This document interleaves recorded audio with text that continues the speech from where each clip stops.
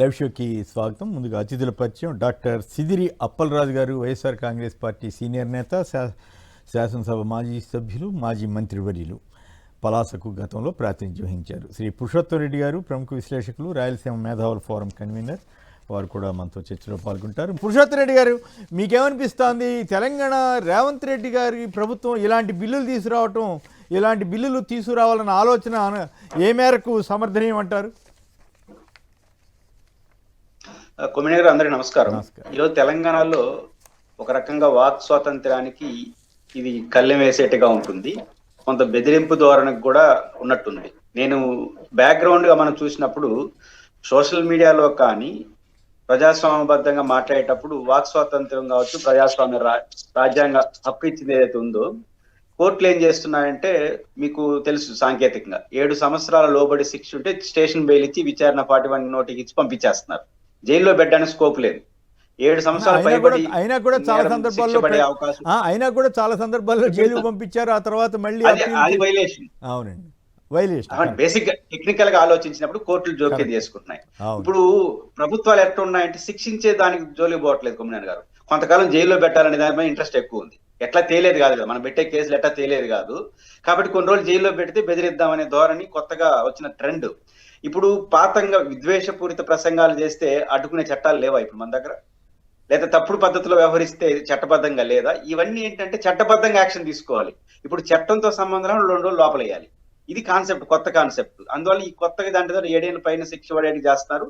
Similar గా మీరు కర్ణాటకలో ఇదే బిల్లు తీసుకొచ్చారు. ఆడున్నటువంటి దాన్ని గవర్నర్ ప్రస్తుతం పెండింగ్ పడేశాడు. గవర్నర్ సంతకం చేయట్లా. ఇక్కడ కూడా తెలంగాణలో గవర్నర్ సంతకం పెడతారని నేను అనుకున్నది వస్తే కూడా. అంటే ఒక రకంగా కొత్త పద్ధతిలో సోషల్ మీడియాలో కావచ్చు, ప్రతిపక్షాల నుంచి వస్తున్నటువంటి ఆరోపణలు, దాడి పెరుగుతా ఉంది. రోజులు గడిచేసరికి ప్రభుత్వం వయసు పెరిగేసరికి విమర్శించే ధోరణులు కూడా పెరుగుతాయి. ప్రభుత్వం సరిగ్గా పరిపాలన చేయకపోతే, ప్రజారంజకంగా లేకపోతే, ప్రజా వ్యతిరేకంగా ఉంటే ఆటోమేటిక్ గా ప్రతిపక్షాలు కావచ్చు, ముఖ్యంగా సామాజిక మాధ్యమాలు ప్రధానంగా భయపడతా ఉండేది. రాజకీయ పార్టీల కన్నా సామాజిక మాధ్యమాల్లో స్పందిస్తున్న వాళ్ళు చాలా ఘాటుగా, సూటిగా, స్పష్టంగా ఆధారాలతో స్పందిస్తున్నారు. దీన్ని భరించలేకపోతున్నాయి ప్రభుత్వాలు. అందుకు ఉదాహరణ తెలంగాణ ప్రభుత్వం తీసుకొచ్చి చట్టం. మీరు ఇప్పుడు లేని చట్టం ఏంటి? అన్ని రకాల చట్టాలు ఉన్నాయి కదా మీరు యాక్షన్ తీసుకోవడానికి. అంటే చట్టబద్ధంగా యాక్షన్ తీసుకోవడానికి ఉన్న చట్టాలు మాకొద్దు, చట్టంతో సంబంధం లేకుండా 4 రోజులు లోపలేసే చట్టం కావాలి. ఈ ధోరణి ప్రజాస్వామ్యానికి అంత మంచిది కాదు. ఖచ్చితంగా కోర్టులు జోక్యం చేసుకోవాల్సిన అవసరం ఉంది. కర్ణాటక ప్రభుత్వం ముఖ్యమైన గవర్నర్ లాగా తెలంగాణ గవర్నర్ కూడా వ్యవహరిస్తే మంచిది. ఇంకా చూద్దాం సెలెక్ట్ కమిటీ ఏం మార్పులు చేస్తారు. ఇది ఖచ్చితంగా కొత్త పద్ధతిలో ఎక్కువ జైల్లో. ఇంకొక పాయింట్ ఏంటంటే, తెలంగాణ జర్నలిస్టులంతా మొన్న సమావేశమై కొంతమంది రౌండ్ టేబుల్ సమావేశం పెట్టి అచ్చంగా చంద్రబాబు గారి కోసమే నువ్వు పాలన చేస్తున్నట్లుందని డైరెక్ట్గానే రేవంత్ రెడ్డి గారిని విమర్శించారు. కొల్హాపూర్కు సంబంధించిన ఒక జర్నలిస్టు కేవీఆర్ అన్న ఆయన్ని, వెంకటరామిరెడ్డి అన్న ఆయన్ని కర్నూలు పోలీసులు తీసుకెళ్ళి కొట్టారంట. ఏంది ఆయన చేసిన తప్పు అంటే, ఎవరో చంద్రబాబు గారి మనోభావాలు దెబ్బతిన్నాయని ఎవరో టీవీ ఛానల్ రిపోర్టర్ కేసు పెడితే తీసుకెళ్ళి కొట్టారంట. ఇందాక ఆయన వీడియోలో చెప్తా ఉన్నారు. అది నిజమైతే ఎంత దారుణం అండి. ఈ పరిస్థితి ఇటువంటి వాటిని అడ్డుకోవాల్సిన రేవంత్ రెడ్డి ప్రభుత్వం ఇంకా అక్కడ ఏపీలో కనుక సోషల్ మీడియా వీళ్ళని ఎట్లా అణిచివేస్తున్నారో అట్లా అణిచివేయాలనే ధోరణికి వెళ్ళటం అనేది అత్యంత దురదృష్టకరం కదా. అంటే ఇప్పుడు మనకు ప్రభుత్వానికి వ్యతిరేకంగా వస్తున్న వార్తలకు సమాధానం లేనప్పుడు, సమాధానం చెప్పే ఉద్దేశం లేనప్పుడు, సమస్యను పరిష్కారం చేయకూడదు అనుకున్నప్పుడు ప్రభుత్వాలు అనుసరించే పద్ధతి ఏంటంటే ఎదురుదాడి, యాక్షన్ లోకి వెళ్ళిపోవడం. ఆ యాక్షన్స్ కి ఉన్న చట్టాలు సరిపోవట్లేదు అంటే వాళ్ళ పద్ధతిలో యాక్షన్ కి. మన ఉద్దేశం 4 రోజులు జైల్లో పెడితే భయపడతారనే కదా. కాబట్టి దానికి చట్టాలు ఒప్పుకో. కానీ విచిత్రం చూడండి సార్, వీళ్ళకి ఎలక్షన్ వచ్చేసరికి హేట్ స్పీచ్ అన్న దాని మీద ఎంఐఎం నాయకుడు అరెస్ట్ అయ్యాడు కూడా కదా, కిరణ్ కుమార్ రెడ్డి గారి గవర్నమెంట్లో. మరి అదే పార్టీతో కాంగ్రెస్ వాళ్ళు ఎట్లా అలైబలై నడుపుతున్నారు ఇప్పుడు? మన జూబ్లీ ఎలక్షన్స్ లో కానీ వీటిల్లో కానీ అప్పుడు అంటే అధికారంలో ఉన్న వాళ్ళు ఏం చేసినా నడిచిపోద్దా?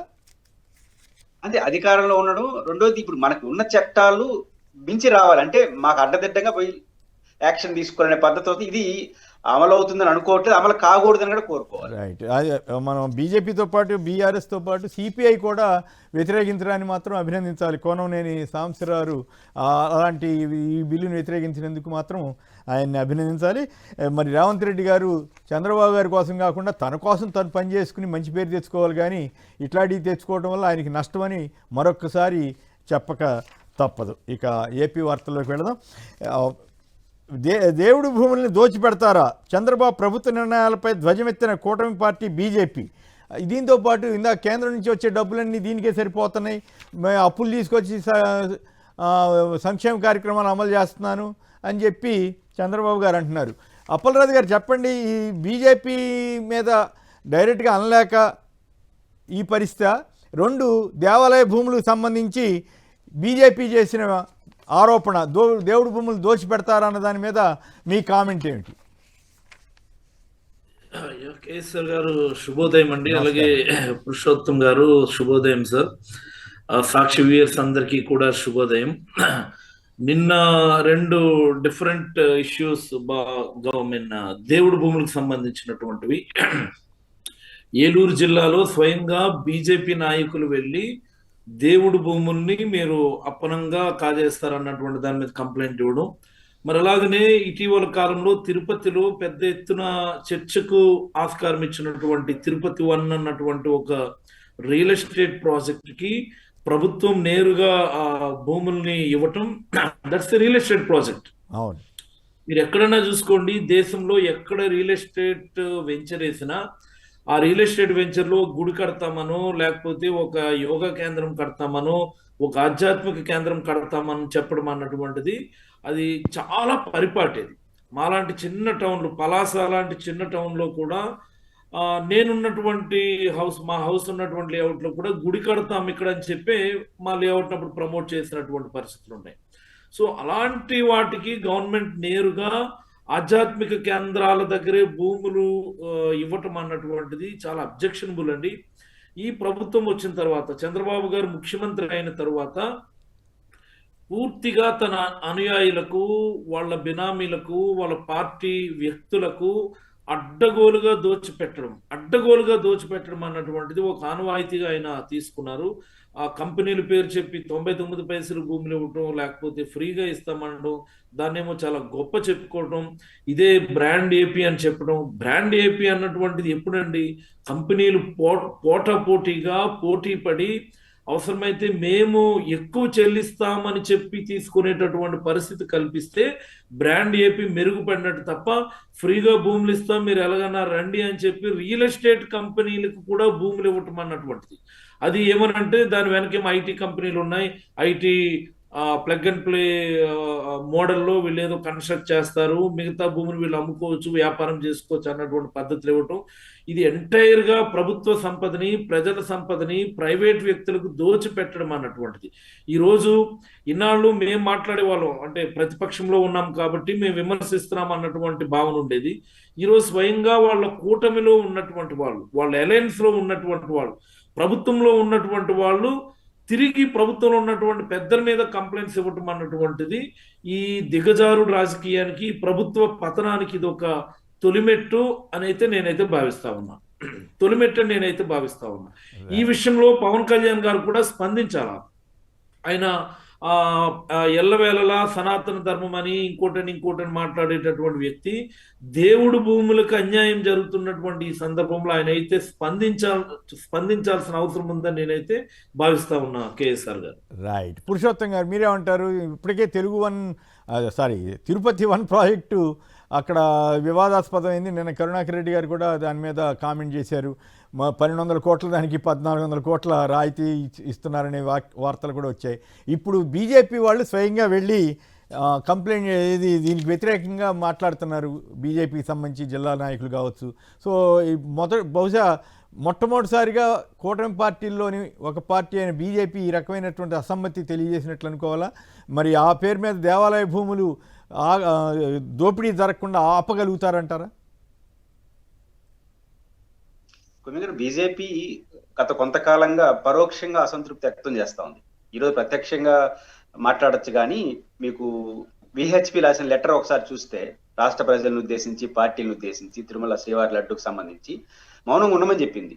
సుప్రీంకోర్టు ఆదేశాలు వచ్చేందుకు మీరు ఎందుకు స్పందిస్తారని విహెచ్పి ఆర్ఎస్ఎస్ స్పందించిందంటే బీజేపీ ఆలోచనగా మనం చెప్పుకోవచ్చు.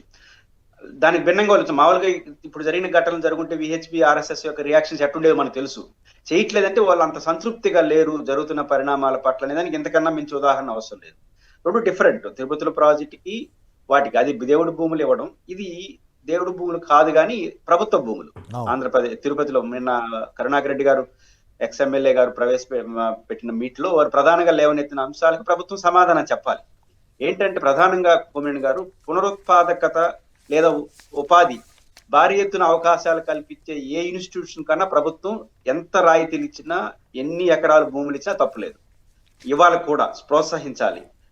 ఉచితంగా ఇచ్చినా ఆహ్వానిస్తాం. ఎందుకు ఎప్పుడు పునరాత్మకగా ఉండాలి, పెద్ద ఎత్తున ఉపాధి కల్పించే కేంద్రాలుగా ఉండాలి. నో డౌట్ తిరుపతి అనేది టూరిస్ట్ సెంటర్, టూరిజం చుట్టూనే ఉండాలి. అది ఎట్టుండాలి?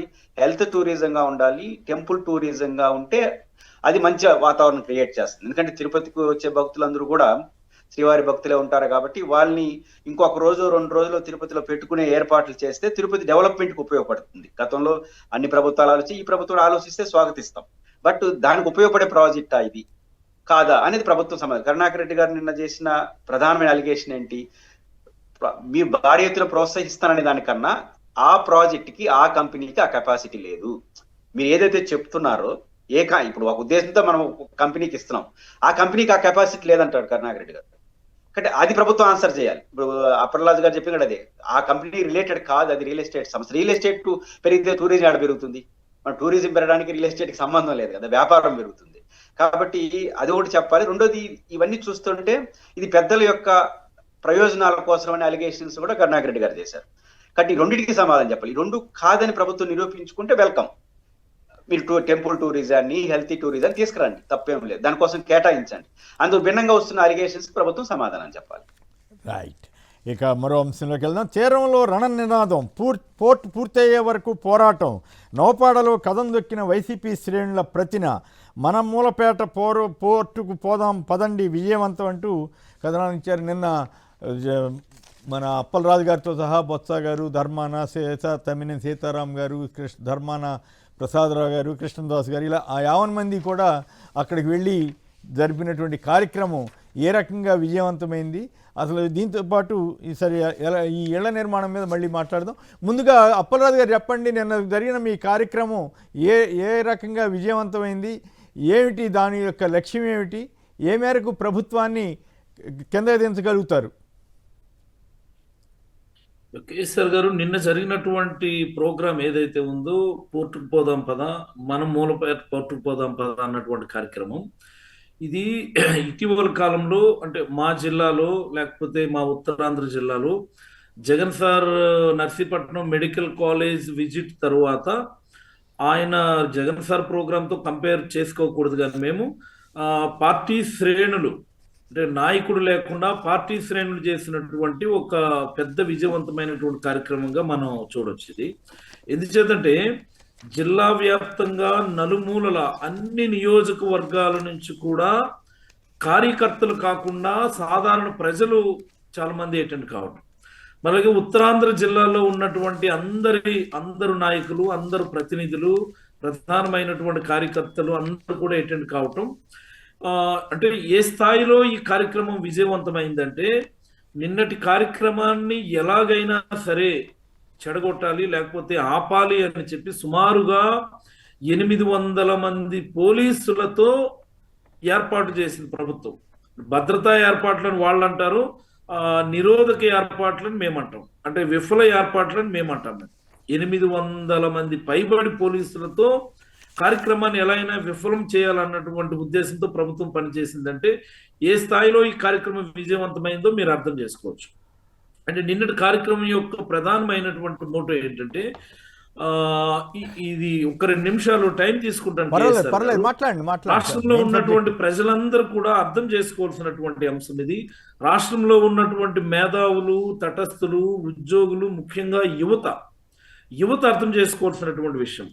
మన రాష్ట్రానికి ఉన్నటువంటి స్ట్రెంగ్త్, ఆంధ్రప్రదేశ్కి ఉన్నటువంటి strength, one of the longest Coast lines in India. అంటే మొన్నటి వరకు సెకండ్ లాంగెస్ట్ కోస్ట్ లైన్ అనేవాళ్ళం. సుమారుగా 1000 కిలోమీటర్ల ఆ కోస్ట్ లైన్ కలిగినటువంటి రాష్ట్రం మనది. ఇటీవల కాలంలో కేంద్ర ప్రభుత్వం సర్వే చేసిన తర్వాత మనకి 3rd ప్లేస్ 4th ప్లేస్ ఇచ్చినారు. బట్ తమిళనాడుకి మనకు ఉన్నటువంటి 40-50 కిలోమీటర్ల డిఫరెన్స్ వాళ్ళు చూపించారు. పక్కన పెడితే ఈ 1000 కిలోమీటర్ల పైబడి కలిగినటువంటి తీర ప్రాంతంలో ఒక్కటంటే ఒక్కటి చెప్పుకోదగ్గ ఇన్ఫ్రాస్ట్రక్చర్ ని గత 3-4 దశాబ్దాలుగా ఎవరు కూడా డెవలప్ చేయాలన్నటువంటి ప్రయత్నం చేయలేదు. మధ్యలో రాజశేఖర రెడ్డి గారిని విడిచిపెడితే మనందరం పుట్టక ముందు మొదలు పెట్టినటువంటి ప్రోగ్రామ్స్ ఏమన్నా విశాఖపట్నం పోర్ట్ కానీ లేకపోతే కాకినాడలో యాంకరేజ్ పోర్ట్ కానీ మేము పుట్టక ముందు మొదలైనటువంటి ఆ 2 ఇన్ఫ్రాస్ట్రక్చర్ ప్రాజెక్ట్స్ తప్ప మిగతా ఎంటైర్ 1000 కిలోమీటర్ కోస్ట్ లైన్లో ఎక్కడ కూడా ఒక చిన్న ఇన్ఫ్రాస్ట్రక్చర్ లేదు. అలాంటి పరిస్థితుల్లో రాజశేఖర రెడ్డి గారు వచ్చి Gangavaram port, Krishnapatnam port both foundation and inauguration 2 కూడా పూర్తి చేయగలిగారు ఆయన. మచిలీపట్నం పోర్టుకి ఫౌండేషన్ వేశారు. కోర్టు కేసులు వాళ్ళెవరు ల్యాండ్ ఎక్విజిషన్ సంబంధించి కోర్టు కేసులు వేస్తే దాన్ని ఆపడం జరిగింది. కాకినాడ ఎస్సీజెడ్ పోర్టుకు సంబంధించినటువంటి ల్యాండ్ ఎక్విజిషన్ రాజశేఖర రెడ్డి గారు పూర్తి చేశారు. చంద్రబాబు గారు ఇంత గొప్పగా చెప్తారు కదా, సన్ రైజింగ్ స్టేట్ ఇది, దేశానికే ఇదొక సూర్యుడు ఉదయించేటటువంటి రాష్ట్రం ఇదే అని చెప్పినటువంటి చంద్రబాబు గారు, 4వసారి ముఖ్యమంత్రిగా పనిచేస్తున్నటువంటి చంద్రబాబు గారు ఈ ఎంటైర్ 1000 కిలోమీటర్ తీర ప్రాంతంలో ఎక్కడైనా సరే ఒక ఇటుక బెడ్ కానీ, ఒక బస్తా సిమెంట్ కానీ, ఒక బస్తా ఇసుక కానీ వేశారని నేనైతే అడుగుతాను. చాలా ఆవేదనతో అడుగుతా ఉన్నా. Being a fishermen, being a representative hailing from the fishermen community and being a former minister for fisheries and animal husbandry from Andhra Pradesh, I am asking the Chief Minister Chandrababu Naidu garu, మీ హయాంలో 95 నుంచి 99 కానీ, 99 నుంచి 2003 వరకు కానీ, 2014 నుంచి 19 వరకు కానీ, ఇప్పుడు 24 తర్వాత కానీ మీ హయాంలో ఎక్కడైనా ఒక పోర్టుకు కానీ, ఒక హార్బర్కు కానీ చిన్న శంకుస్థాపన కానీ, ఇనాగ్రేషన్ ప్రారంభం కానీ మీరు చేయగలిగారా? ఈ 1000 కిలోమీటర్ తీర ప్రాంతాన్ని మీరు ఉపయోగం లేనటువంటి తీర ప్రాంతంగా విడిచిపెట్టారు? ఈరోజు గుజరాత్ మనకంటే ముందుకు ఎలా వెళ్ళగలిగింది? కేవలం coast line and port led development. Karnataka మనకంటే ముందుకు ఎలా వెళ్ళగలిగింది? కేవలం పోర్ట్లెట్ డెవలప్మెంట్. ఒరిస్సా అండి, మా జిల్లా నుంచి, ఉత్తరాంధ్ర జిల్లా నుంచి ఒరిస్సా వలస వెళ్తా ఉన్నారు. ఒరిస్సాకు వలస వెళ్తే ఎంత అవమానం ఇది, ఎంత అవమానం ఇది!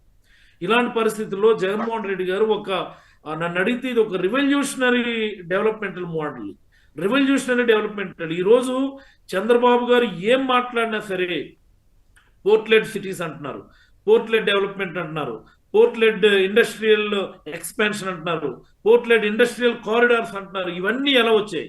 ఈ మాటలు మాట్లాడగలిగేటటువంటి అవకాశం ఎలా వచ్చిందంటే కేవలం జగన్మోహన్ రెడ్డి గారు వాళ్ళు ఈరోజు వచ్చింది. Mulapeta port, Machilipatnam port, Ramayapatnam port 95% complete చేసాం మనం. మచిలీపట్నం పోర్టు చిన్నప్పటి నుంచి మనం చెప్పుకునే వాళ్ళం, బందర్ పోర్టు అని. ఎక్కడుంది అక్కడ బందర్ పోర్టు? లేదు. జగన్మోహన్ రెడ్డి గారు వచ్చి బందర్ పోర్టు, మచిలీపట్నం పోర్టు పనులు మొదలు పెట్టారు.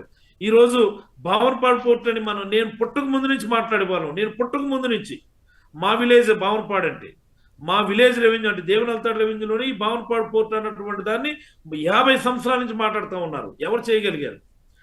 ఫార్చునేట్లీ జగన్మోహన్ రెడ్డి గారు అనుచరుడిగా ఉండడం నా అదృష్టం.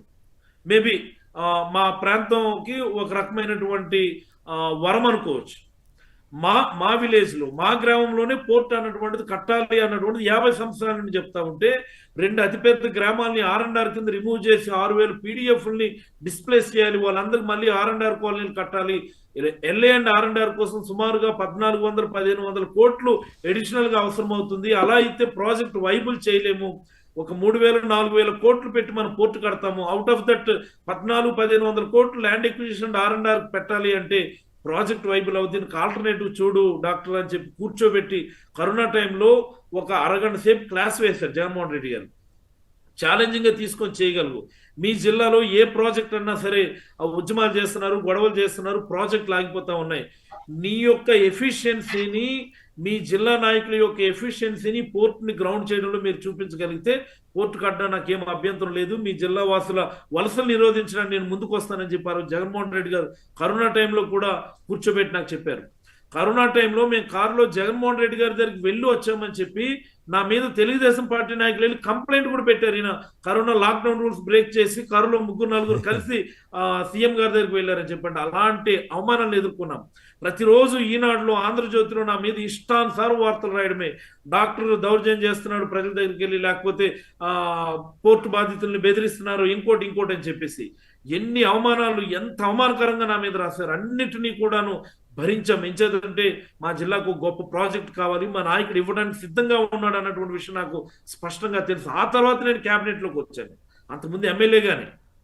అప్పుడు ఈ మా గ్రామం నుంచి సౌత్ వైపు మార్చి 2 చిన్న గ్రామాలను ఐడెంటిఫై చేసి ముందస్తుగానే వాళ్ళని మెంటల్గా ప్రిపేర్ చేసి ప్రభుత్వం నుంచి మీకు ఏం చేయగలము, ఎడిషనల్గా ఏం చేయగలము అన్నటువంటి ఒక మెంటల్ ప్రిపరేషన్ చేసి మా జిల్లాలో ఉన్నటువంటి ప్రజా సంఘాల గ్రూపులు ఎవరైతే ఉన్నారో వాళ్ళతో కూడా వ్యక్తిగతంగా మాట్లాడి, ఈ రోజు కూడా వాళ్ళు నన్ను తిడతా ఉంటారు, ఈ రోజు కూడా నన్ను దూషిస్తూ ఉంటారు. ఈ డాక్టర్ ఆ రోజు పోర్ట్ గ్రౌండ్ చేసినప్పుడు మన ప్రజా సంఘాలు నోరు నొక్కేసి మరీ గ్రౌండ్ చేశాడు, మన ప్రజా సంఘాలు మాట్లాడనివ్వకుండా చేశాడని చెప్పి ఈ రోజుకి తిడతా ఉంటారు. బట్ స్టిల్ వాటన్నిటిని కూడా భరిస్తూ ఎందుకు వచ్చామంటే మా జిల్లాని ఇతర జిల్లాలతో పోటీ పడేట్టుగా చేయాలి అంటే ఇలాంటిది ఒక గొప్ప ప్రాజెక్ట్ కావాలని మా నాయకుడు అనేక సార్లు మాకు చెప్పాడు. వాటన్నిటిని భరించి ఈ రోజు మేము పోర్ట్ గ్రౌండ్ చేసుకోగలిగి పనులు పూర్తి చేసి సర్వేంగా జరుగుతున్నటువంటి టైంలో ప్రభుత్వం మారితే ఇప్పుడున్నటువంటి కేంద్ర మంత్రి, ఇప్పుడున్నటువంటి రాష్ట్ర మంత్రి, మా జిల్లా నుంచి ఉన్న ఇద్దరు కూడా చంద్రబాబు గారు వస్తేనేమో ఇది మీ చలువ వల్లే అవుతుంది, మీ చలువ వల్లే పోర్టు ఇక్కడ గ్రౌండ్ అయిందని చెప్పి చెప్తారా? ఎంత ఆవేదన ఉంటుందండి మాకు, ఎంత బాధ ఉంటుందండి మాకు. సరే, మీరు మీ నాయకుడికి చిడతలు వాయించడానికో, మీ నాయకుడి దగ్గర ఆ పాయింట్లు కావాలనో, మీ నాయకుడు భజన చేయాలని చెప్పి జగన్మోహన్ రెడ్డి గారి క్రెడిట్ ని మీ నాయకుడి యొక్క ఖాతాలో వేస్తే ఉత్తరాంధ్ర ప్రజలు ఊరుకుంటారా? సిక్కోలు ప్రజలు ఊరుకుంటారా? వైఎస్ఆర్ కాంగ్రెస్ పార్టీ కార్యకర్తలు ఊరుకుంటారా? జగన్మోహన్ రెడ్డి గారి మనుషులు ఎవరైనా ఊరుకుంటారా? నిన్న జరిగింది అది. జిల్లా వ్యాప్తంగా, ఉత్తరాంధ్ర వ్యాప్తంగా ఉన్నటువంటి వేలాది మంది ఒక దగ్గర చేరి ఇదిగో మా నాయకుడు చేసినటువంటి అభివృద్ధి, మా నాయకుడు చేసినటువంటి ఇంటికి what I mean inclusive development model ఏంటి, బోత్ సంక్షేమము డెవలప్మెంట్ ఎలా ఉండాలి అన్నటువంటిది మా నాయకుడు చేసి చూపించాడు. పోర్టులు కట్టాడు, హార్బర్లు కట్టాడు, ప్రతి పేదలకు కూడా సంక్షేమం అందించాడు. ఇవేవి కూడా ఈ ప్రభుత్వంలో చేయడం లేదు, చేయలేకపోతా ఉన్నారు, పనులు ఆపేశారు. పనులు తిరిగి మొదలు పెట్టకపోతే మళ్ళీ మీరు ఎన్ని ఆంక్ష విధించినా సరే ఈసారి నేరుగా కోర్టు ఆవరణలోకి వచ్చి మేము చేసినటువంటి అభివృద్ధిని ప్రజలకు మళ్ళీ మేము చూపిస్తామని చెప్పి ఒక స్పష్టమైనటువంటి ఉద్యమ సంకేతం నేను చూపించడం అన్నటువంటిది చాలా పాజిటివ్ వైబ్. అది చాలా మంది పెద్దలు, బొత్స సత్యనారాయణ గారు కానీ, ధర్మాన ప్రసాదరావు గారు కానీ, మా ధర్మాన కృష్ణదాస్ గారు కానీ, కన్నబాబు గారు, అమర్నాథ్ అప్పుడున్నటువంటి I&I మినిస్టర్, అంతకుముందు గౌతమ్ రెడ్డి గారు, నేను కలిసి పనిచేసాను దీని మీద, తర్వాత అమర్నాథ్ నేను కలిసి పనిచేస్తాం అంటే పోర్ట్ ని గ్రౌండ్ చేయడంలో. సో చాలా చక్కనైనటువంటి కార్యక్రమం. జిల్లా వాసులకి, ఉత్తరాంధ్ర ప్రజలకి, రాష్ట్ర ప్రజలందరికీ కూడా ఈ port not only Mulapeta port, Ramayapatnam port కానీ, మచిలీపట్నం పోర్టు కానీ జగన్మోహన్ రెడ్డి గారి ఘనత అని చెప్పి చాలా స్పష్టమైనటువంటి సందేశం మేము ఇవ్వగలిగాం అన్నటువంటి ఆనందం మాకు ఉంది నిన్నటి కార్యక్రమం వల్ల. రైట్. నేను కూడా స్వయంగా చూశాను. రామాయపట్నం పోర్టు చాలా వరకు కంప్లీట్ అయిపోయింది. అప్పుడే జగన్ గారి గవర్నమెంట్ చివరి రోజుల్లో అది ఇనాగ్రేషన్ దాదాపు దగ్గరికి వచ్చేసింది అనుకున్న టైంలో గవర్నమెంట్ పడిపోయింది. ఇప్పుడు 2 ఏళ్ళు అయింది, మరి అది ఏమైపోయిందో, అది ఎందుకు పూర్తి కావట్లేదో తెలియదు. పురుషోత్తం రెడ్డి గారు చెప్పండి, ఈ ఈ ఈ పోర్టుల క్రెడిట్ కానీ ఇదంతా కూడా జగన్ గారిదే కదా, అందుకోసమే వీళ్ళు స్లోగా చేస్తున్నారా, లేకపోతే వాటిని ప్రైవేట్గా అప్పచెప్పాలనా, ఏంటి అసలు ఎందుకు ఇంత వేగంగా చేయలేకపోతున్నారు? ఇప్పుడు అప్పలరాజు గారు చెప్పిన విషయాలన్నీ మీరు విన్నారు కదా, మీ కామెంట్ ఏమిటి? కొమేన్ గారు, నిన్న వైఎస్ఆర్ కాంగ్రెస్ పార్టీ చెలో మూలపేట కార్యక్రమం ఇచ్చింది. 2 లక్ష్యాలతో ఆ పార్టీ ఇచ్చిందని నేను నమ్ముతున్నాను. ఒకటి, కేవలం చంద్రబాబు క్రెడిటా జగన్ క్రెడిటా పక్కన పెడితే వాళ్ళ ప్రధాన ఉద్దేశం ఈ పోర్టులు, ఈ ప్రయత్నాలు ఈ రాష్ట్రానికి ఎంత అవసరం, మెడికల్ కాలేజీ ఉద్యమమే దీనికి స్ఫూర్తి అనుకుంటున్నాను నేను. 2, దీని ప్రభుత్వం ఏదైతే చేపట్టిందో ఇది కొనసాగాలి, మళ్ళీ PPA పద్ధతిలోనో ప్రైవేటీకరణ వ్యక్తుల చేతిలో పెట్టకూడదు అనే ఉద్దేశంతోనే చెలో మూలపేటకి ఇచ్చారు. ఎందుకంటే ప్రభుత్వం ప్రతి దాన్ని PPL పేరుతో వస్తుంది. మెడికల్ కాలేజ్ ఉద్యమం ఎందుకంటున్నాను, 2-3 అంశాలు ఇక్కడ ప్రస్తావించాలి. జగన్మోహన్ రెడ్డి గారు ఏది చేసినా శాచురేషన్ పద్ధతే తీసుకుంటాడు. మీకు ఇళ్ల పట్టాలు ఉంది, మీకు కూడా సీనియర్ జర్నలిస్ట్ తెలుసు, మీరు పెన్ను పెట్టిన రాసిన రోజు నుంచి జగన్ గారు వచ్చేంత వరకు ప్రతిరోజు రాసుంటారు ఇళ్ల పట్టాల కోసం, వామపక్షాలు కానీ పేదలు కానీ, రోజు ఇదే వార్తలు. కానీ జగన్ గారు దానికి శాశ్వతంగా ఫుల్ స్టాప్ పెట్టాలని 32 లక్షలు ఒకేసారి టేకప్ చేశాడు. ఎందుకని 32 లక్షలు ఒకసారి టేకప్, అది అయిపోవాలి. ఇంకా జీవిత కాలం పాటు సుందరయ్య గారు ఒకనొక టీవీ ఆకాశవాణిలో మాట్లాడుతూ, ఈ దేశంలో మా లక్ష్యం ఏంటంటే గూడు తిండి ఇబ్బంది లేని సమాజం కావాలని కోరుకున్నాడు. గూడు తిండి అంటే ఈ రోజు కూడా గూడు గురించి మాట్లాడడం ఏంటి, ముగింపు పలకాలు ఉన్నట్టున్నారు. 32 ఒకేసారి చేసి దాన్ని టేకప్ చేశారు. మెడికల్ కాలేజ్ ఉంది, మెడికల్ కాలేజీలో ప్రతిరోజు సమస్య ఏంది, డాక్టర్ గారు ఇక్కడే ఉన్నారు. మనకు రూరల్ ఏరియాలో డాక్టర్లు పోవాలంటే ఇబ్బంది, పోరు. అంత అర్బన్ తిరుపతి, విశాఖపట్నం పరిమితి. అదే మెడికల్ కాలేజీ పెడితే పలాసకైనా పోయి చదువుకుంటాడు, ఆడ 100 మంది విద్యార్థులు వస్తారు, ప్రొఫెసర్లు వస్తారు, ఆటోమేటిక్ గా డాక్టర్ల సమస్య పరిష్కారం అవుతుంది. ఆ రకంగా మెడికల్ కాలేజీని ప్రతి హెడ్ క్వార్టర్ లో తీసుకొచ్చే ప్రయత్నం. ఇప్పుడు మూలపేటకు సంబంధించి చూసినా దాదాపు 10 షిప్పింగ్ యార్డులు, 6 ఫిష్ ల్యాండింగ్స్ ఎందుకు తీసుకొచ్చారు? ఆంధ్రప్రదేశ్ తీర ప్రాంతం, సంపద సృష్టి అంటే ఇది. మన సంపద సృష్టి అంటే ఉపన్యాసాలు చెప్పడం కాదు. సంపద సృష్టి అంటే తీర ప్రాంతంలో కనీసం ప్రతి 50 కిలోమీటర్లకు పోర్టు లేదా పోర్టు ఆధారిత వ్యవస్థలు ఏర్పాటు చేస్తే అదొక వ్యవస్థీకృత ఏర్పాటు అవుతుంది. ఆర్థిక సంపద సృష్టించే కేంద్రం, ఆర్థిక యాక్టివిటీ మొదలవుతుందని దాదాపు 25,000 కోట్ల రూపాయల ఆలోచనతో జగన్మోహన్ రెడ్డి గారి ప్రభుత్వం ముందుకు తీసుకొచ్చింది. అది కానీ పూర్తయితే ఆంధ్రప్రదేశ్ ఒక వాణిజ్య కేంద్రంగా మారుతుంది. మనకు తెలంగాణ కానీ పక్క రాష్ట్రాల్లో మనకు సముద్ర తీరం లేదు, ఆటోమేటిక్ గా పక్క రాష్ట్రాల యొక్క వాణిజ్యం కూడా మన చుట్టూ నడుస్తుంది. ఆ రకంగా ప్రతి 50 కిలోమీటర్లకు ఒక ఫైనాన్స్ సెంటర్ గా మారితే అది కదా అభివృద్ధి అంటే, అది కదా సెల్ఫ్ సెఫినెంట్. పైపెచ్చు ఇవన్నీ ప్రభుత్వం టేకప్ చేస్తే ప్రభుత్వానికి ఆదాయం పెరుగుతుంది. ముందు మీరు ప్రస్తావించారు ఆదాయం ఆడుతుందని చంద్రబాబు గారు అన్నారు. ఎట్లా వస్తుంది ఆదాయం? ప్రభుత్వ మెడికల్ కాలేజీలో తీసుకొచ్చి పీపీఎల్, తర్వాత ఇప్పుడేం ఫిష్, ఈ మొత్తం ఈ పోర్టు ఆధారిత సంస్థలన్నింటినీ మీరు పీపీఐ పద్ధతిలోనూ ప్రైవేటీకరణ పద్ధతి ఇస్తే ప్రభుత్వానికి ఆదాయం ఎక్కడ వస్తుంది? ఎకనామిక్ యాక్టివిటీ జరగడం వరకే పరిమితం కాదు, ఎకనామిక్ యాక్టివిటీ జరగాలి, ప్రజలకు ఉపాధి దొరకాలి. వచ్చే ఆదాయం ప్రభుత్వ ఖాతాలో పెడితే ప్రభుత్వం సంక్షేమం కానీ డెవలప్మెంట్ ఇతర యాక్టివిటీ పోతుంది. కానీ ఇట్లాంటి కీలకమైన అంశాలని ప్రజలకు చెప్పదలుచుకున్నారు. జగన్ గారు ఏం చేసినారు? ఆ రోజు 17 మెడికల్ కాలేజ్ తేవడం కాదు, 17 మెడికల్ కాలేజ్ ప్రైవేటీకరణ ఆపారు కదా. ఈ రోజు వరకు గర్వంగా చెప్పుకోవచ్చు, 1 కోటి సంతకాలు చేసి ఏం చేశారన్నారు. ఏం చేశారంటే ఆపినాడు. ఇప్పుడు ఆగింది కదా పీపీఎల్ పద్ధతి. ఎంతకాలం ఆపుతారో తర్వాత విషయం. కానీ ఒక ప్రతిపక్ష నాయకుడిగా, మాజీ ముఖ్యమంత్రిగా ఆ 17 మెడికల్ కాలేజీలు ఆగిపోయింది. జగన్ గారు 1 కోటి సంతకాలు సేకరించి ఒక హెచ్చరిక చేశాడు, మళ్ళీ వస్తే తీసుకున్నాను, నేను టేకప్ చేస్తాను, తప్పు చేసి జైల్లో పెడతానన్నాడు. ఒక అప్లికేషన్ రాలేదు అంటే జగన్ గారికి ప్రజా ఉద్యమానికి భయపడినట్టే కదా వాళ్ళు. ఇప్పుడు అంటే పీపీఏ పద్ధతులు ఆపాడు. ఖచ్చితంగా ఈ షిప్పింగ్ ఆర్డర్లు, ఫిషింగ్ ఆర్డర్స్ కూడా ఖచ్చితంగా ఆగాలంటే నిర్మాణం కాదు, ప్రైవేటీకరణ ఆగాలి. ఖచ్చితంగా ప్రభుత్వంలో కాన్సెప్ట్ తో ముందుకెళ్ళాలి. ఈ బహుముఖ వ్యూహంతోనే ఖచ్చితంగా జగన్మోహన్ రెడ్డి గారి క్రెడిట్ గురించి ఒకరు చెప్పాల్సిన అవసరం, ఇవన్నీ ఆయన కాన్సెప్ట్ అందరికీ తెలుసు. కాబట్టి వైఎస్ఆర్ కాంగ్రెస్ పార్టీ ఉద్దేశం మెడికల్ కాలేజ్ ఉద్యమం ఎట్టయితే ప్రజా ఉద్యమంగా మార్చి దాన్ని కాపాడుకున్నామో దీన్ని కొనసాగాలి, అది ప్రభుత్వ రంగంలో కొనసాగాలి. కాబట్టి ఆ 2 వ్యూహాలతో జగన్ గారు తీసుకొచ్చారు. ఖచ్చితంగా దీనికి ప్రజా ఉద్యమంగా రావాలి, ప్రజలు కూడా దీన్ని ఓన్ చేసుకుంటేనే అది సమాజానికి మంచిది. రైట్. ఏదేమైనా మూలపేట పోర్టుని సకాలంలో 70% జగన్ గారి టైంలోనే పూర్తయిందని అంటున్నారు. మరి మిగతా 30% పూర్తి చేయడానికి ఇంకెంతకాలం తీసుకుంటారు? ఆల్రెడీ 2 ఏళ్ళు గడిచిపోయింది. మరి అప్పలరాజు గారు వాళ్ళంతా చేసిన పోరాటం ఫలించాలని ఆకాంక్షిద్దాం. అప్పలరాజు గారు చెప్పండి, టిట్కో ఇళ్ళు కానీ ఇళ్ల నిర్మాణం 5.5 లక్షలు చేసేసామంటున్నారు చంద్రబాబు గారు. మరోవైపు సంక్షేమానికి డబ్బులు లేవు అంటున్నారు. మరి సంపద సృష్టిస్తానన్న ఆయన అప్పులు చేయాల్సి వస్తుందని చెబుతున్నారు. సో నిన్న ఆయన పైగా ఆయన సభల్లో ఎందుకు జనం ఉండలేకపోతున్నారా, లేక పని అయిపోయిందిలే అని వెళ్ళిపోతున్నారా, లేదు ఆల్రెడీ రోజు ఉపన్యాసాలు అవే ఉపన్యాసాలని జరుగుతోందా? సో ఆయన చెప్పే ఉపన్యాసాలు, జనం స్పందన, వీటి మీద మీ కామెంట్ ఏమిటి? ముందు హౌసింగ్ సంబంధించి మనం ఒక స్పష్టమైనటువంటి ఇన్ఫర్మేషన్, సమాచారం ఇవ్వాల్సినటువంటి అవసరం ఉంది. కేసీఆర్ గారు ఇటీవల కాలంలో లోక్సభలో మొన్న అంటే ఇదే నెల మార్చి 19వ తేదీన లోక్సభలో ఒక క్వశ్చన్ వచ్చింది. ఆంధ్రప్రదేశ్కి సంబంధించి 2014 నుంచి నేటి వరకు గవర్నమెంట్ ఆఫ్ ఇండియా అంటే పిఎంఏవై, ప్రధానమంత్రి ఆవాస్ యోజన అన్నటువంటి పథకం వచ్చిన తర్వాత ఎన్ని ఇళ్ళు మంజూరు చేశారు మీరు తెలియజేయండి అని చెప్పి లోక్సభలో మన ఎంపీ ఒకరు క్వశ్చన్ అడిగితే దానికి సంబంధించినటువంటి డేటా నేను ఇప్పుడు మీకు చూపిస్తున్నానండి. ఇది డైరెక్ట్ గా నేను వెబ్సైట్ నుంచి తీసి చూపిస్తున్నటువంటిది, డైరెక్ట్ గా వెబ్సైట్ నుంచే నేను చూపిస్తున్నాను.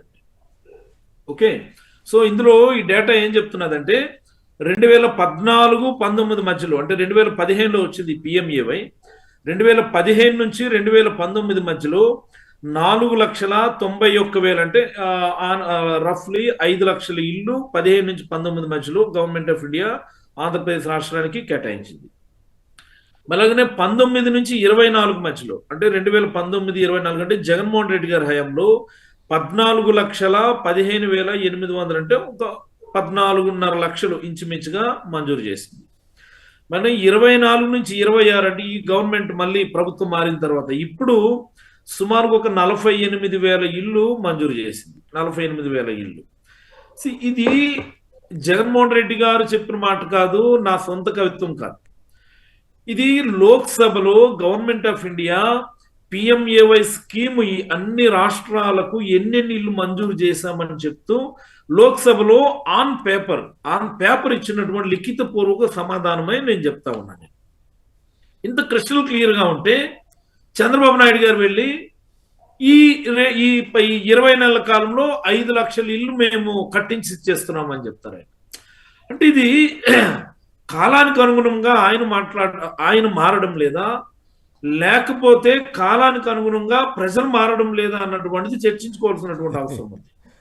ఏంటిది అంటే సోషల్ మీడియా వచ్చి ఇంత విస్తృతమైనటువంటి సమాచారం ప్రజలకు చేరగలిగేటటువంటి ఈ సందర్భంలో, ఇలాంటి ఈ యుగంలో ఇప్పుడు కూడా చంద్రబాబు గారు ఒక స్పష్టంగా ఒక అబద్ధాన్ని సృష్టించడం, ఈజ్ ది క్రియేటర్. ఒక అబద్ధాన్ని ఆయనే సృష్టిస్తారు, ఆ అబద్ధాన్ని ఆయనే ప్రచారం చేస్తారు, ప్రోపగాండా చేస్తారు. ఆ ప్రచారం చేయడానికి ఈ వెనకాల ఉన్నటువంటి ఈ ఎల్లో బ్యాచ్ మొత్తం, ఈ అందరు మీడియా వాళ్ళంతా కూడా దాన్ని ప్రచారం చేస్తారు.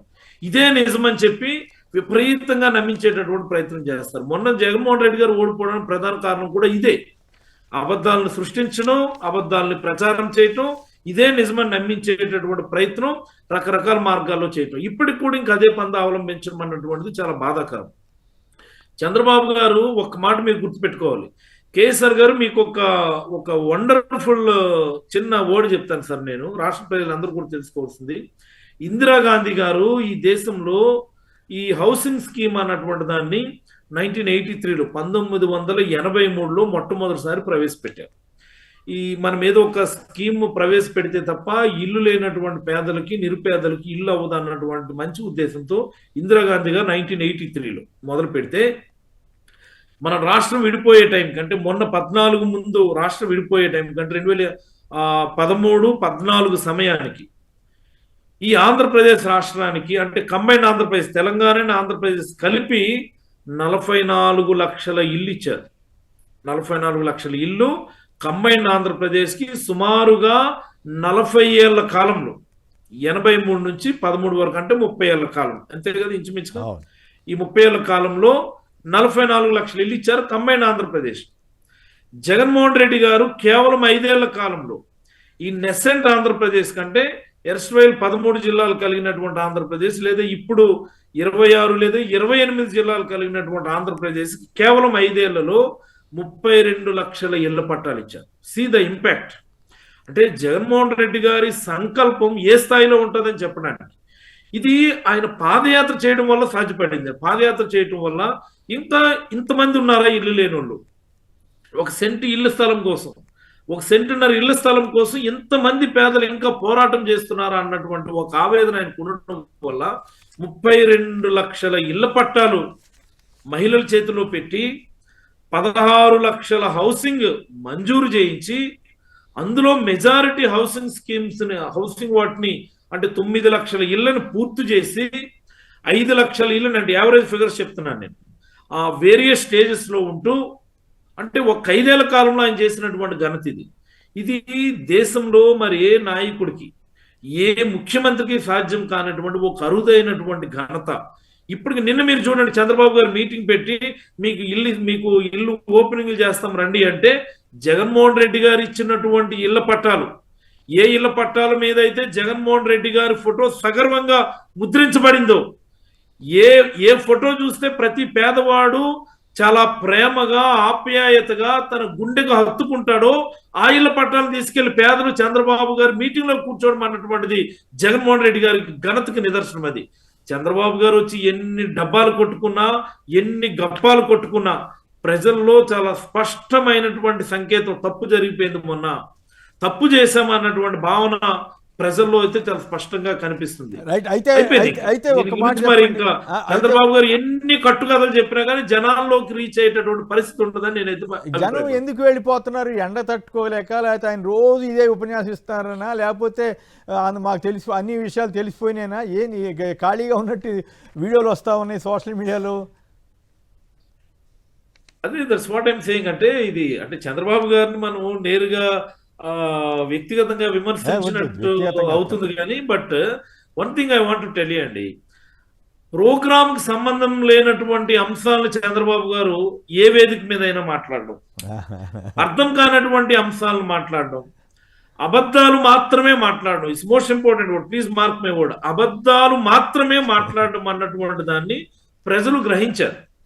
వెళ్తున్నారు, పిలిస్తే ఈ మహిళా మండలికి సంబంధించిన వాళ్ళు, ఐ మీన్ ఈ సెర్ప్ డిపార్ట్మెంట్ వాళ్ళు వీళ్ళు తప్పక యాజ్ ఎ కంపల్షన్ ముఖ్యమంత్రి ప్రోగ్రామ్ అంటే వెళ్తారు. వెళ్ళిన తర్వాత చంద్రబాబు గారు పాడిందే పాడరా పాట అన్నట్టు ఆ పాటనే మొదలు పెట్టేసరికి ఏంటంటే వాళ్ళకి ఏం చేసినాడు ఈయన, ఇప్పుడు ముఖ్యమంత్రి, ఇప్పుడు మనకేం ఉపయోగం జరుగుతుంది, ఇవేవి లేకుండా మళ్ళీ జగన్మోహన్ రెడ్డి గారు చెప్పించడం ఏంటిది అన్నటువంటి దానికి ఆ విరక్తి చెంది ఈ బోరింగ్ సబ్జెక్ట్ వెళ్ళాక జనాలందరూ ఖాళీ చేస్తున్నారు నేనైతే అభిప్రాయం. రైట్. శ్రీనివాస్ గారు రేణిగుంట నుంచి. శ్రీనివాస్ గారు నమస్కారం, మాట్లాడండి సంక్షిప్తంగా. నమస్కారం అండి. ఈ చంద్రబాబు నాయుడు గారి సభలో మనుషులు వెళ్ళిపోవడానికి కారణము చెప్పండి. ఆ టీవీ వింటూ మాట్లాడితే గ్యాప్ వస్తుంది, చెప్పండి. ఆయన సభలో వచ్చేసి పేడి నవ్వులు వికిలి నవ్వులు ఉండవు అన్నమాట మన జగన్మోహన్ మాదిరి. ఓహో, అట్లాగా. పేడి నవ్వులు ఉన్నాయి చూసారా, పేడితనంగా నవ్వుతారే. ఓహో, ఇప్పుడు మీరు పేడిగా వచ్చారా? ఏం మాట్లాడతారు, ఎందుకు అట్లా మాట్లాడతారు? పద్ధతిగా మాట్లాడనని చెప్పాము, అయినా మీరు తిట్టదలుచుకుంటే తిట్టండి, అది వేరే విషయం. కానీ మీ ఇప్పుడు పేయిడ్ గీడంటే మీరే ఎవరి దగ్గర పే తీసుకుని ఇట్లా మాట్లాడుతున్నారని అడగాల్సి వస్తుంది కదా. మీరు వాస్తవాలకు అనుగుణంగా మాట్లాడండి. ఆయన అబద్ధాలు చెబుతున్నారా లేదా? ఇప్పుడు అప్పలరాజు గారు చెప్పారు 32 లక్షల పట్టాలు ఇచ్చినటువంటి వ్యక్తి జగన్ గారా కాదా? మరి 16 లక్షల ఇళ్ళు వచ్చినట్లుగా కేంద్ర ప్రభుత్వం చెప్పిందా లేదా? వీటన్నిటికీ సమాధానం మీరు నిజంగా తెలుగుదేశం అభిమానులు అయితే వీటికి సమాధానం చెప్పాలి. అంతేగాని పిచ్చి మాటలు మాట్లాడి సంతృప్తి చెందితే మీకు అది మీ ఆత్మవంచనే తప్ప ఇంకోటి కాదు. రైట్. పురుషోత్తం గారు చెప్పండి, మీరేమంటారు? ఈ ఓవరాల్గా ఇప్పుడు ఆయన అన్నట్టుగా ఆయన అన్నదాంతో ఎంతవరకు ఏకీపిస్తారు? జనం ఎందుకు వెళ్ళిపోతున్నట్టు ఆయన కూడా ఒప్పుకున్నాడు. తెలుగుదేశం మిత్రుడే జనం వెళ్ళిపోతున్నమాట వాస్తవం అని చెబుతున్నాడు. సో దీన్ని బట్టి ఏమర్థమవుతుంది మీకు? అలాగే ఇళ్ల నిర్మాణం క్రెడిట్ ఎవరిది? కొమ్మిడి గారు బేసిక్గా ఇంతకుముందు ప్రస్తావించినట్టు 32 లక్షల ఇళ్ల పట్టాలు ఇచ్చిన తర్వాత ఇంకా సాచురేషన్ సిచ్యువేషన్కి వచ్చేసింది. ఏ ప్రభుత్వం అయినా కొనసాగించాల్సి దాన్ని కంప్లీట్ చేయడం. కాబట్టి జగన్మోహన్ రెడ్డి గారు కంప్లీట్ గా ఇంకొక ఇళ్ల పట్టా అవసరం లేనట్టుగా ఇళ్ల పట్టాలు ఇచ్చేశారు. చంద్రబాబు గారు చాలాసార్లు చెప్తారు కదా, రాజధాని లాంటి విషయాల్లో కంటిన్యూ ప్రాసెస్ గవర్నమెంట్ అని. ఇది కూడా కంటిన్యూ ప్రాసెస్. జగన్ గారు ఏదైతే 32 లక్షలు ఇచ్చారో వివిధ దశలో ఉన్నాయి. కొన్ని 100%, కొన్ని 60%, కొన్ని ప్రాథమిక దశలో ఉన్నాయో వాటిని కంప్లీట్ చేస్తూ దశల వారికి ఇచ్చుకుంటూ పోవడం. కానీ మేము పూర్తి చేసామని చెప్పుకోండి, కానీ దీన్ని సృష్టించింది, దీనికి ఒక ముగింపు పలికే ఏర్పాటు చేసింది జగన్ గారు మొదటి అంశం. ఎందుకు జనం వెళ్తారంటే, ఒకటి ఇక్కడ చంద్రబాబు గారు ప్రత్యేకత ఏంటంటే అది మంచిదే, అన్ని సందర్భాల్లో సరికాదు. మంచిదేని ఎందుకు అంటున్నారంటే, చంద్రబాబు గారు ఎదురుగా ఉన్న వాళ్ళని ఉద్దేశించి ఎప్పుడు మాట్లాడు, ప్రపంచాన్ని ఉద్దేశించి మాట్లాడుతుంటాడు. సమస్య అక్కడ వస్తుంది. ఇప్పుడు ఎదురుగా వచ్చిన వాళ్ళకి ఒక ఇళ్ల పట్ట, ఒక కోరికతో వస్తారు. వాళ్ళు దాని చుట్టూ వింటారు. మనం కూడా ఒక సబ్జెక్ట్ తో పిలిస్తే దాన్ని తప్ప ఇంకోటి వినడానికి ఇష్టపడం, అది మానవ సహజం. నన్ను ఒక దానికి పిలిచి డిబేట్ కి మీరు ఇంకోటి ఇంగ్లీష్ లో మాట్లాడితే నేను మాట్లాడలేదు. కాబట్టి బేసిక్ ఆడ వచ్చిన వాళ్ళు ఇళ్ల పట్టాల కోసం వచ్చారు. ఎప్పుడు పూర్తి చేస్తాను, వాళ్ళ పేదరికం చుట్టూ, వాళ్ళ బతుకుల చుట్టూ ఏం మాట్లాడు. చంద్రబాబు గారు అక్కడ వచ్చి కూడా ఇంటర్నేషనల్ విషయాలు, అప్పులు అవన్నీ మాట్లాడితే ఇదేం సమస్య అని ఉంటారు. ఆయన ఇప్పుడు చంద్రబాబు గారు తెలియక కాదు, ఆయన ఎప్పుడు కూడా ఎదురుగా ఉన్న వాళ్ళు ఉద్దేశించి దానికన్నా 10% మాట్లాడితే 90% ప్రపంచాన్ని ఉద్దేశించి మాట్లాడతారు. అందువల్ల ప్రపంచంలో వింటారు కానీ ఆయన అక్కడ వినరు. అందువల్ల కొంచెం వెళ్ళిపోయేదానికి అవకాశం ఉంటుంది. మొదటి అంశం. రెండోది ఒక్క అంశాన్ని ప్రస్తావించాలి. ఒకటి కరెక్ట్ గా చెప్పారు, అదేంటంటే కేంద్రం నుంచే వచ్చే డబ్బులు, రాష్ట్రానికి ఉన్న ఆదాయం, ఇవన్నీ కలిపితే అప్పులు, వడ్డీలు, రొటీన్ అవసరాలు సరిపోతున్నాయి. కాబట్టి ఇంకా మీట నేను ఏం చేయాలనుకున్నా అప్పులు చేయాల్సి వస్తుంది, చేయమంటారా అని అడుగుతున్నారు. మంచిది. ఇదే ప్రశ్న జగన్మోహన్ రెడ్డి గారు ఎన్నికల క్యాంపెయిన్ లో చెప్పాడు. అప్పుడు మీరు ఏం మాట్లాడారు? జగన్ గారు ఎన్నికల క్యాంపెయిన్ లో మేనిఫెస్టో రిలీజ్ చేస్తూ పేదలకు ఏదైనా 4 రూపాయలు సహాయం చేయాల్సిన అవసరం వస్తే నాకన్నా ఇచ్చేవాడే ఉండరు, కానీ 60 నుంచి 70 వేల కోట్ల రూపాయలకి మించి సంక్షేమ పథకాలు ఇవ్వడానికి స్కోప్ లేదు, అన్ని టైట్ చేసిన తర్వాత, అందువల్లే నేను అంతకు మించి ఇవ్వలేకపోయి. ఎన్నికలకు ముందు కొమ్మినేని గారు, మీరు కూడా యాజ్ సీనియర్ జర్నలిస్ట్ గా చూస్తుంటారు, ఇది ఇవ్వలేనని చెప్పిన ముఖ్యమంత్రి ఆయనే. ముఖ్యంగా చంద్రబాబు గారు 3,000 నుంచి 4,000కి పెంచుతానంటే వైసీపీ కార్యకర్తలందరూ ఆ రోజు టెన్షన్ పడిపోయారు. అదేంటంటే ఆయన 4,000 ఇస్తాంటే 4,000 వందనా చెప్పాలి, అది గమ్మున ఉండాలి, కానీ 250, 370 అంటాడేంటి అని భయపడ్డారు. కొంత అది నష్టం కూడా జరిగి ఉండొచ్చు. కానీ జగన్ గారి ఉద్దేశం ఏంటంటే ఇంతకు మించి ఇవ్వలేము, అది నిజాయితీగా చెప్పారు. అదే మొన్న చెప్తున్నారు, నేను మొత్తుకున్నాను మీరు నమ్మద్దంటే నమ్మారు అని చెప్పి పదే ఈ మధ్య అంటున్నారు. పాయింట్ ఏంటంటే చంద్రబాబు గారు చెప్పింది కరెక్ట్, కానీ ఎన్నికల ముందు ఎందుకు ఇది లేదు? ఇప్పుడు ఇంత క్రైసిస్ లో ఉందని తెలిసిన తర్వాత జగన్ గారికి 5 ఏళ్ళలో ముఖ్యమంత్రి, span of chief minister Jagan గారిది. ఆయన వయసు, రాజకీయం అంతా, మంత్రి పదవులు అన్ని కలుపుకుంటే ఆ వయసు అయింది 5 సంవత్సరాలు. మంది ఏకంగా 15-20 ఏళ్ళ అనుభవం ఉంది, అంతకుముందు మంత్రిగా పనిచేసిన అనుభవం ఉంది కదా. 5 ఏళ్ళు పనిచేసిన ముఖ్యమంత్రి 60-70 వేల కోట్ల రూపాయల పైన ఇవ్వడానికి లేదని చెప్పిన తర్వాత ఇన్నేళ్ళు అనుభవం ఉన్న మీరు 1,60,000 కోట్ల హామీలు ఎట్లా ఇస్తారు? ఏ బేస్ మీద ఇచ్చారు? ఇప్పుడు వచ్చి కష్టం అంటే ఎట్లా నమ్ముతారు జనం? ఇది మౌలికమైన సమస్య. 70,000 కోట్లు వెసులుబాటు ఉన్న రాష్ట్రానికి 1,60,000 కోట్ల రూపాయలు హామీలు ఇచ్చారు ఆన్ రికార్డు. ఇది జగన్ గారు అంటే నీకు అది తప్పన్నారా? తప్పనలా. నీకు అవగాహన లేదు, చేతెత్తేసినావు, నాకు అవగాహన ఉంది, చేస్తుండే. రెండోది సంపద సృష్టి. ఇంతకుముందు నేను ప్రస్తావించాను. సంపద సృష్టి అంటే ప్రభుత్వానికి ఆదాయం పెరగడం కదా కొమ్మినేని గారు. ఆదాయం పెరగాలంటే ప్రజల చేతిలో డబ్బులు ఉండాలి. ప్రజల చేతిలో డబ్బులు ఉండాలంటే ఒకటి స్కీమ్స్ పర్ఫెక్ట్ గా అమలు చేయడంతో పాటు ఇప్పుడు ఏదైతే 50 కిలోమీటర్లకు ఒక పోర్టు ప్రభుత్వ రంగంలో అన్ని చేస్తే అది ప్రభుత్వానికి ఆదాయం వస్తుంది. అప్పుడు ఆ సంపద సృష్టి అంటే ఆకాశం నుంచి ఊడిపడదు కదా. కాబట్టి ఈ సంపద సృష్టికి వచ్చే ఏర్పాట్లు జగన్ గారు చేసింది. పీపీఐ ఇచ్చేసినారు, పీపీఐ ఇచ్చేస్తారు. ఇంకో పక్క ఆదాయం లేదంటారు, ఆదాయాన్ని మించిన అప్పులు హామీలు ఇచ్చేస్తారు. ఇది కదా కాంట్రడిక్షన్. ఇది లేకుంటే ఇందాక ఎవరో రేణిగుంట శ్రీనివాస్ పేరు మీద మాట్లాడిన ఆయనకి ఈ విషయాలన్నీ అర్థమైతే సమాజానికి మంచిది. నిజంగా ఆయన పార్టీ వాళ్ళకి మేలు చేయదలిస్తే ఇట్లాంటి లోపాలన్నీ సరిదిద్దుకోవాలి. అంతేగాని ఆయన ఏదో జగన్ గారు సరిపోతుంది. ఒక మాట కరెక్ట్ చెప్పాడు. ఆడ వచ్చిన వాళ్ళందరూ పర్ఫెక్ట్ గా వచ్చారు కాబట్టి పర్ఫెక్ట్ గా వెళ్ళిపోయారని చెప్పాడు. సరే, జగన్ గారికి వచ్చిన విషయం పక్కన పర్ఫెక్ట్ వచ్చింది, పర్ఫెక్ట్ వెళ్ళిపోయారు. జగన్ గారు అనౌన్స్ చేశాడు తెలుగుదేశం ఆయన. Okay, right. జగన్ గారు వచ్చే సభల్లో ఎక్కువ వెళ్ళేవారు కాదు కొమ్మినేని గారు, ఎందుకంటే చంద్రబాబు గారి సభలో జనం వెళ్ళిపోయారని ఆయన ఓపెన్ గా చెప్పినట్టు అయింది కదా. ఆయన మద్దతుదారుడేండి. చెప్పాల్సింది ఏంటి? ఎస్, చంద్రబాబు గారు ఇవన్నీ చేశారు, లేదా ఇవి చేశారని చెప్పుంటే అప్పుడు పార్టీ వాళ్ళకి లాభం, ఆయనకి లాభం. ఆయనకి చివరికి జనం వెళ్ళిపోయిన మాట నిజమేనని ఆయనే చెప్తే ఇంక ఉపయోగం ఉంది చంద్రబాబు గారికి. రైట్. సీతారాం గారు హైదరాబాద్ నుంచి. సీతారాం గారు సంక్షిప్తంగా మాట్లాడండి. Sir, good morning sir. నమస్కారం. మీకు అందరికీ నమస్కారం సార్. ఏమీ లేదు సార్, ఇప్పుడు ఇల్లు పట్టాలు ఉన్నాయి సార్. అవును. జగన్ గారు ఇచ్చేటప్పుడు పార్టీలకు అతీతంగా ఇచ్చేవారు సార్. అవును. ఇప్పుడు 1-2 ఏదో వచ్చినా సరే వాళ్ళకు అనుకూలంగా వాళ్ళ మనుషులకు ఇచ్చుకుంటారు. ఇప్పుడు మాత్రం, ఎందుకంటే మా విలేజ్ కూడా అది నడుస్తుంది. ఏదైనా వేరే వాళ్ళు అడిగారు అనుకోండి, ఆ కార్డు లేదు, ఈ కార్డు లేదు, అవి లేదు అని ఏదో దాన్ని డైవర్ట్ చేయని పక్క పంపించేస్తాను. అది ఇప్పుడు జరుగుతుంది. ఇల్లు జగన్ గారు ఉన్నప్పుడు అయితే పిలిచి అందరికి ఎవరికి లేదు, పార్టీలతో లేకుండా ఇచ్చారు. ఇలా ఉండాలి సార్ పరిపాలన. చంద్రబాబు నాయుడు గారు మీటింగ్ అంటే అతను పెట్టేది ఒక పెడతారు, అతను ఎప్పుడు హైటెక్ సీట్ అది నీరు కట్టించాలి చెప్తే జనాలు ఆ జనాలు ఇప్పుడు ఎవరు చూస్తారు సార్ అది అనుకున్నా. ఏదైనా మనుషులకి ఏం చేస్తాను, ప్రజలకు ఏం చేస్తాను అనేది ఎవరైనా చెప్పాలి సార్ పెద్దలు. రైట్.